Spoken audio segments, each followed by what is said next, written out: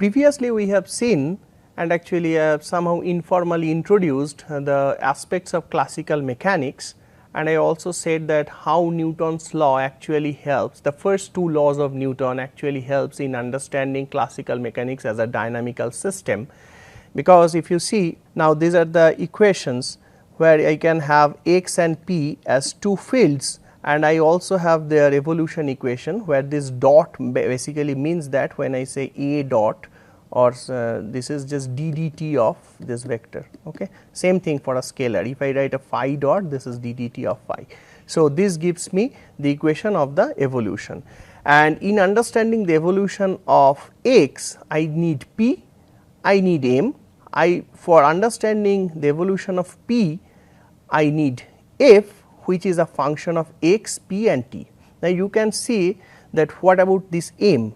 M actually can be written as a function, explicit function of time now. Okay. So, if I just write here m t instead of, that is redundant. So, instead of writing that, I just write here t. Okay. On the other hand, x and p, they should be here, okay, because f can be an explicit function of x, f can be an explicit function of p, explicit function of t. Okay. Whatever be the nature, according to that we have to solve, or we have to handle the situation. Now, before going to that point, I want to clarify some point which is also sometimes which causes at this level some students confusion, that is x and x dot, are they dependent or independent? So, you see that x and x dot, they are functionally independent quantities. Only when you know the form of x as a function of time, for example, then only you can do the ddt or the complete time derivative, okay, total time derivative of x, and you can get x dot. It looks that this is, I mean, this is something depending on each other. So, if I know x, I also know x dot. This is not true. For example, if I give you the value of x, so for example, position 2i plus 3j minus 5k at some t is equal to 5 seconds. Can you tell me the velocity vector at that time? So, you can say no, because you have to know the explicit form of x or the x vector in terms of t. Now, if I say x is actually 3t square I plus t j minus t cube k, then you can say okay, then you give me the t is equal to 5, 6, whatever. For that I can also tell you what will be x dot, and that is why they are functionally independent. Another point is, so that I will actually come later, okay. So, that there is another point of initial conditions, okay. So, till now we have just wrote two equations of evolutions for two variables x and p, and we say this is a dynamical system, okay. Now, if I correctly remember the Newton's second law, this is p dot is equal to f. So, according to our definition, that should be m v, where v is nothing but x dot. So, I can just write v is x dot for me is equal to f, and you can write that m dv dt plus v dm dt, okay. I can write that f. You see, many a times in nature a particle has a fixed mass in time. The mass is something which does not change, and for that most of the cases we forget this term, and we simply say m dv dt is equal to f is Newton's second law. So, this we have to understand, this is for just a specific case where your dm dt is 0. However, there can be several occasions where you can model the whole system in terms of a particle of changing mass. For example, if you just want to model the rectilinear motion of a rocket, then you just think that it is actually the best modeled as a particle with variable mass, okay. So, you see, and also when some for example, when some raindrops they gain weight with time. Okay. So, actually you can do an extended body analysis, but you can also model very simply by a point particle which is gaining mass in time. Okay. For those systems, I will give you some I mean maybe one problem or two problems in the assignment. This dmdt is not equal to 0, and you have to be very careful in writing m dv dt is equal to f. Now, if your system has constant mass, so mt is just m constant, then for that part you can actually write m dv dt is equal to f, and this m x double dot, which is ddt of x dot, which is x double dot, will be f.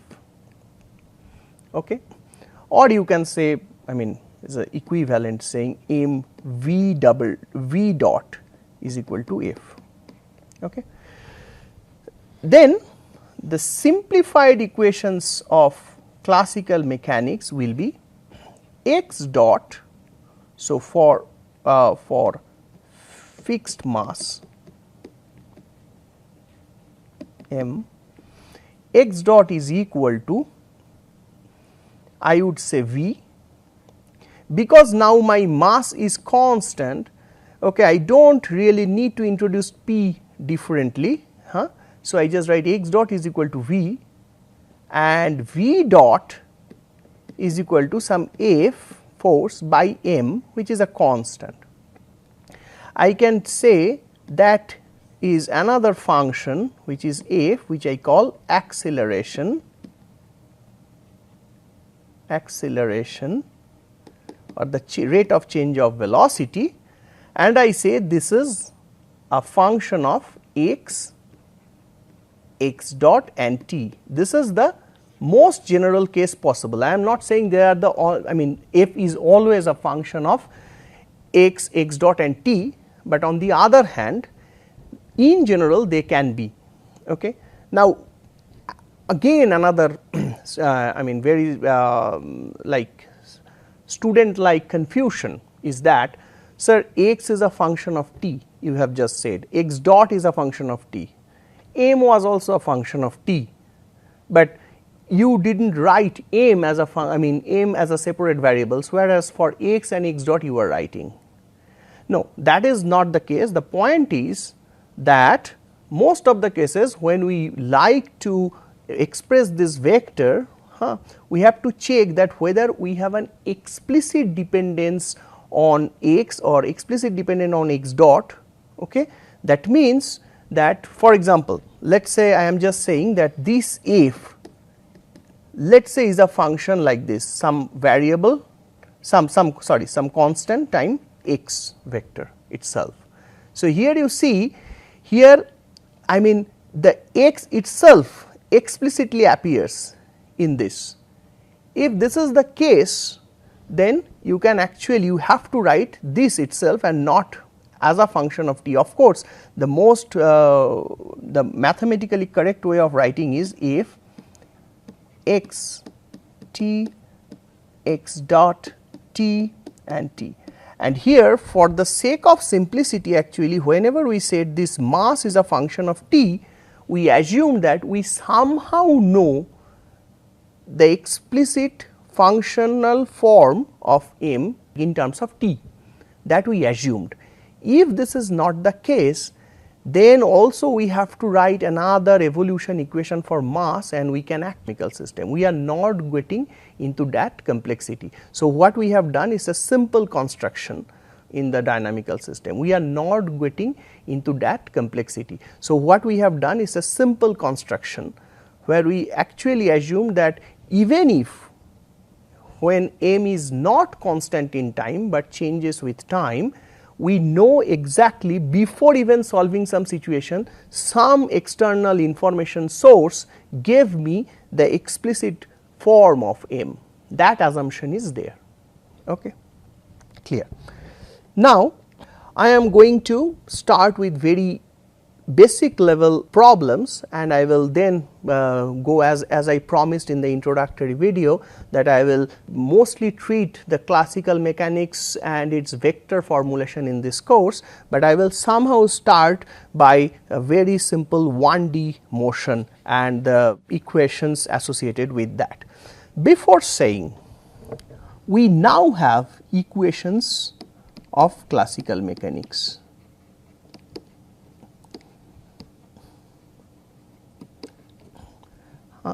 And this equation, which is the equation where you have the explanation of the motion, is called the equation of motion or equations of dynamics, equation of dynamics. Okay. So, this actually explains the motion. So, if you know this equation, then your initial duty is to try to solve those equations and finally to find x as a function of t and x dot as a function of t, because whenever you have a dynamical system and you try to study the motion, what is the goal? The goal is that you know the value of those field variables, let us say here x and x dot, at some given instant, and using that you want to determine their values at some posterior instant or some anterior instant, or I mean some earlier times or some times later. Okay. So, if you want to do that, you have to solve those equations. So, for solving, of course, you have to solve, if you just see it carefully, once again I am going to this equation is nothing but this equation. Okay. And so, if you try to characterize this equation is actually a second order ordinary differential equation in x with respect to time. So, here I am just trying to start with a very simple case of 1D motion. So, in the classical mechanics, as we just have seen, that the basic challenge is to solve a number of second order ordinary differential equations. You can say, well, cannot we do every time? No, it depends on the explicit form of the force F or the acceleration here in this reduced case. Okay. So, 1D motion I can simply write like, what is the equation of, the dynamical equation? So, dx dt is equal to v, I just have 1D, and then dv dt is equal to, I have f, which you can also write f by m, whatever you want. Okay. I am not giving the vector signs because this is only 1D. Okay. So, if I now say that how to get, so here in this case I just give you, for example, this force, that is the point where I can start solving my equations, that I have to know f, I have to know, or somehow I have to guess f, I have to model f, that is the whole challenge.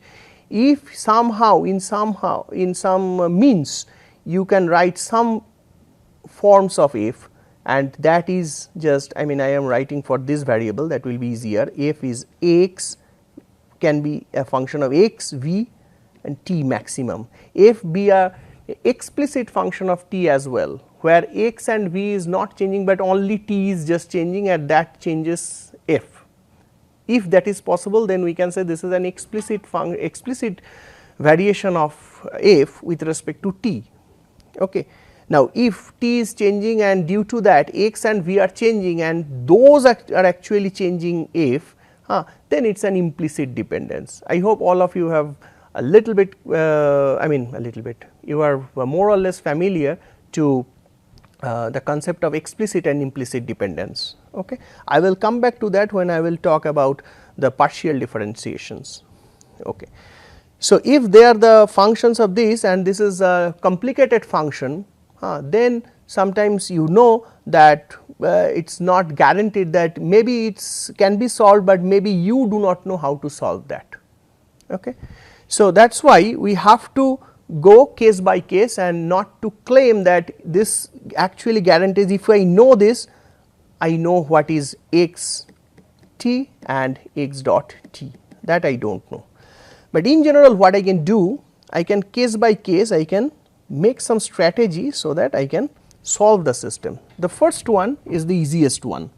So, my force or the acceleration, I mean just here acceleration is just a function of t only. It is just changing with time explicitly, but not with x and v explicitly. Okay. If this is the case, then you actually have dv dt is equal to f t, and if you can solve that, so that will basically give you v is equal to integration f t dt plus some constant of integration c1, and that you know dx dt, v is dx dt because of the first equation, you just put that, and that is now this integration f t dt plus c1. Okay. Now, you integrate once again and you have x is equal to integration of integration f. Since this is already integrated, I can use a dummy variable for this t, and this whole thing is now again integrated over time t plus c1 t plus c2, which is another constant of integration. Okay. In this way you can find x, and also I mean once you have the whole form of x, you can write dx dt, you can calculate dx dt, and you can have your v. Okay. So, you see in this way you can also solve the problems of classical mechanics in more than one dimension. Now, let us say you have a force which is a function of x, for example, then what to do? Then we will actually write another form which is much more helpful, is this. Instead of writing that, we can write dv dt as dv dx dx dt. Okay. Since this is just a problem in one dimension, I can write always this thing. This thing is not exactly possible, this type of writing in more than one dimension. In more than one dimension, we have to do something which we call partial differentiations. Okay. We will do like that. That is also another problem I will discuss in the next lecture maybe. Okay. So, if you write that in f x and then you see this is your v. So, you then have v dv is equal to f x dx, because v dv, so this is v, so this will be actually v dv dx, and that will be f x, and you have dv square over 2 is equal to f x dx, and if you integrate it will give you v square by 2 is equal to integration of f x dx. Okay. Of course, plus some c1 constant. Then you can write this as v is equal to root over, I mean plus minus, that is also another point, 2 integration f x dx plus c1, and then what you have here in this part, what you have something, you see you have something which is already, that was a function of x, which is already like now integrated over x. Okay. Now you have something which can be at most a function, a constant or a function of t. Okay. That is the possibility. Now, let me just think, since our initial assumption is f is just a function of x, then t also will not come here. So, here you are actually saved. So, if you somehow know this thing, then actually your, I mean if it is integrated, then this will be another just a function of f actually. Okay, just a function, sorry, just a function of x here, yeah, because this is indefinite integral, this will be a function of x. Let us say it is a function of, let us say gx. Okay. So, then what you have to do, this v will now be plus minus root 2 g of x plus c1. Now, you have another function of x only, Now you can write this v as dx dt and take that one in this side with dx. So, finally, your thing will be actually dx over root 2 gx plus c1 is equal to dt, and then you integrate both sides and 2 gx plus c1 is equal to dt, and then either you use the proper integration like that, or if you have some formula known, you can use that. You can finally have actually some function I would say I am just getting mathematically correct, some function h of x, which is some function some t plus c prime, another constant of integration which comes here. Okay. And then you can invert, if the inversion is possible, you can invert, and finally you can get x as a function of t. Okay. All these possibilities are here, and you see that even if you follow a specific possibility, it is not guaranteed that always you can come out with a solution as an elegant solution like x and xt. All these conditions are also to be satisfied. Okay. And if, for example, again the last one, if f is a function of v, then what happens? I am just telling you the general strategy, then the specific problems we will do later. If f is a function of v only, then what to do? Then I can simply say that dv dt is equal to fv. This case is also very easy. You just take this dv by f of v and dt, then you integrate both sides, and finally first you get v as a function of t, and actually what you get is not exactly that, you get t as a function of v. If that function is invertible, then you get first this, and then once you get this, you can write dx dt as a function of t, and you can integrate to get x as a function of t. Okay. So, our objective is to find equations of motion to, I just change the color a little bit, to xt and x dot t. Okay. And if, for example, f is a function of neither v or x singly, but both f, x and v, or let us say x and t, or v and t, or all these three things, then you have to check case by case, where you can solve this problem by something called separation of variables, by simplifying, by doing some other methods, by reducing this to some easy variables or something. So, there is no general prescription for that. Even in 1D, you see that the classical mechanics, which sometimes sounds very mundane, very ordinary to us, very non-interesting to us, actually is extremely complicated. Simplicity just arises because we try to make them simple most of the time. Okay. So, if we just want to do some small problems, and after that we will wrap up this lecture. So, the first one is this one. So, f is equal to e to the minus t. I have to solve, and I have to find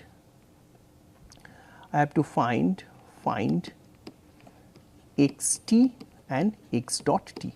So, that is the goal of classical mechanics. So, then dv dt is equal to e to the minus t. If I integrate once, I should get minus e to the minus t plus some c1. Then I can write this is dx dt, right. So, I should write like here. So, this is dx dt actually. So, then x should be, I can save one line by writing this, x will be again e to the minus t, because another minus will come here, plus c1 t plus C2. This is the general solution of this equation. Now you see there is a very interesting point, that is, if I just say that I give you the value of x, then what will be x dot? You can say okay, x dot is minus e to the minus t plus C1. That is exactly what I got here.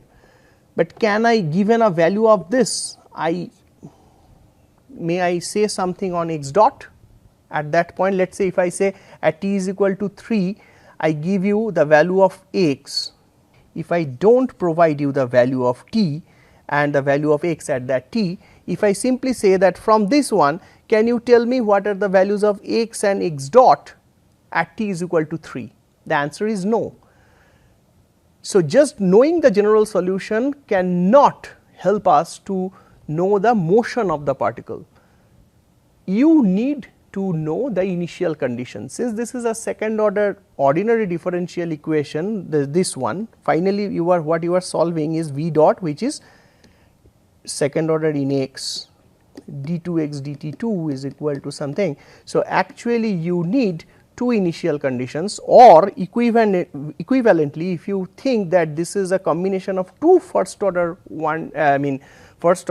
ordinary differential equation, then also you need 1 plus 1 two initial conditions, okay, to completely specify that. And then you can actually see that if I tell you now at t is equal to 0, x is equal to 0 and v is equal to minus 1, then immediately you can say at t is equal to 0, this is 1 and this is 0. So, x is also given 0. So, that is why C2 will be minus 1, right. And if C2 is minus 1, then you can actually from this one also you can say something about C1 easily. At t is equal to 0, this one is 1. So, this is minus 1 and v is minus 1. So, C1 will be 0.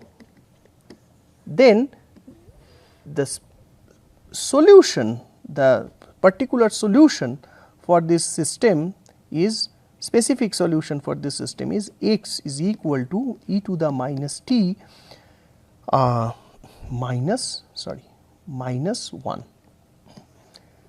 Now, if you give me any t, I can give you x and v as well, because v is nothing but minus e to the power minus t.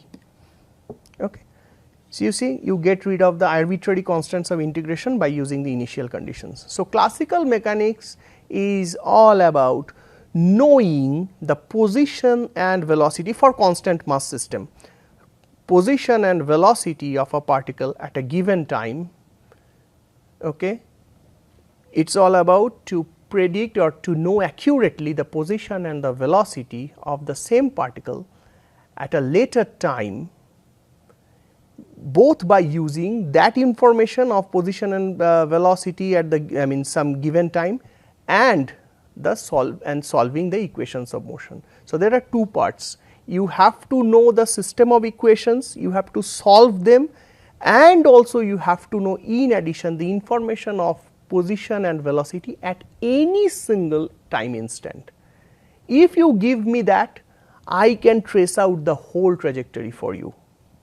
Now, before wrapping up this lecture, I would like to comment on something.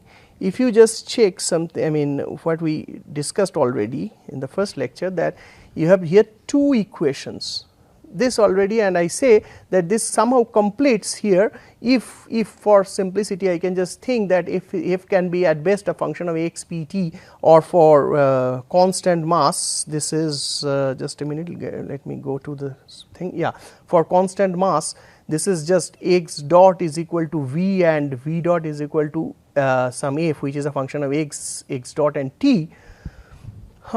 So, it somehow gives us that we have a closed system at this x dot level, x double dot level. Okay. So, because if you go to x dot, you have velocity, but if you go to x dot to x double dot, you have the reason of that motion. Now, whenever you have the reason or the explanation for the motion, your dynamical system is closed. Okay. Because here actually what you are doing when you are saying that x double dot is equal to f, but that f is actually something external. If you read carefully Newton's law, this is an external agent. So, that f should be external. So, Newton's law basically says something very courageous, something very bold. It says that the second law or the first law, whatever, I mean you can combine both actually, both this first and second law actually says that you can relate, and that is the beauty or marvel of the classical mechanics, you can think, which is totally some intrinsic motion property of a particle, you can relate that exactly to something, and actually in some units that is exactly equal to something external which you call force. Now, since this is external, you know that. So, you have this information, okay. And if you know that, that is why you are just using this information to know the x double dot, and you backtrace and you obtain x. So, this is the approach of classical mechanics. Okay. So, that is why Newton's law is so beautiful and so great, because it helps in simple cases to close a system in just, I mean the motion in just up to second order derivative. Now, this is not the end of the story.